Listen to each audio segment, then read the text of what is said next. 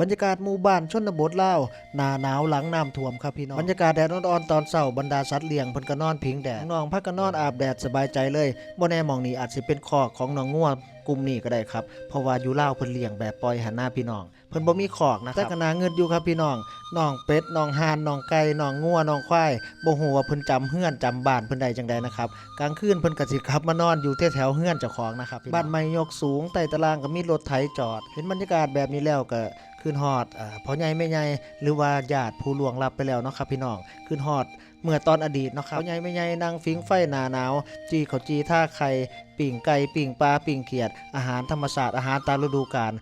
แบ่งปันกันแบบชีวิตชนบทชีวิตที่เรียบง่ายนะครับพี่น้องหมู่บ้านนี้เป็นหมู่บ้านสุดท้ายที่อ้อมรอบด้วยภูเขาหินปูนมีทางเข้าออกเพียงทางเดียวครับต้องข้ามแม่น้ำเซ่บังไฟ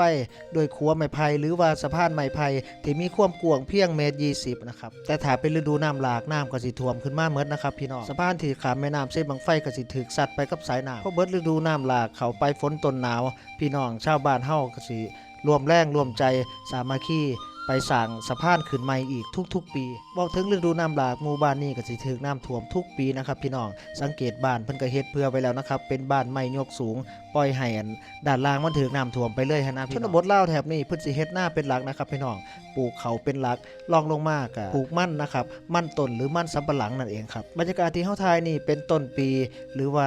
เดือน1ปี2025ต้นปีที่ผ่านมานี่เองครับช่วงนี้ก็สิเป็นการกลมันนะครับพี่น้องการเอามันไปขายของเพิ่นก็คือใส่รถอีแตกรถคูโบต้านะพี่น้องรถไถนาเดินตามเอาไปที่ริมแม่น้ำเซบังไฟแต่ว่ามองหันมันเป็นสะพานไม้ไผ่นะครับชาวบ้านก็ต้องขนมันลงไปใส่เรือนะครับเรือก็บ่สามารถสิพายได้นะครับพี่น้อง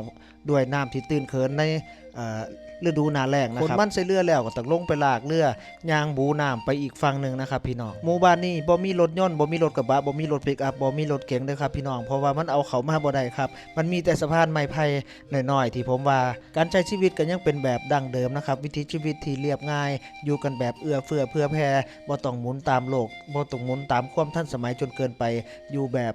ซ่าๆเอื้อยๆนะครับไปตามจังหวะชีวิตแล้วแต่ช่วงแล้วแต่ฤดูกาลนะครับช่วงน้ำท่วมก็สามารถปรับตัวได้โดยการใส่เรือในการสัญจรหรือบางที่เส้นทางเข้าออกก็ถูกปิดตายไปเลยครับหมู่บ้านนี้บ่มีประปาครับมีเพียงน้ำสร้างอยู่ 2-3 บ่อนะครับพี่น้องที่ตอนแรกสิเห็นเด็กน้อยออกมาตักน้ำสร้างหาบน้ำขึ้นบ้านขึ้นเฮือนไปไว้เฮ็ดอยู่เฮ็ดกินหั่นนะหมู่บ้านนี้เพิ่งมีไฟฟ้าใช้ได้บ่ถึง5 ปีครับพี่น้องที่เห็นเสาไฟฟ้าหรือว่าเห็นจานดาวเทียมหรือว่าเห็นแผงโซลาร์เซลล์ก็คือเป็นการปรับโตไปในแต่ละยุควิวัฒนาการก็สิแตกต่างออกไปในแต่ละปีสามารถเปลี่ยนแปลงได้ทุกอย่างแต่ชาวบ้านก็อยู่ได้อย่างลงตัวและมีความสุขครับบรรยากาศบ้านๆบรรยากาศสบายๆคลาสสิกที่บ้านนาฮี่เมืองมหาไซแขวงคำมวนขอบคุณทุกการรับชมขอบคุณทุกการกดไลค์กดแชร์ครับ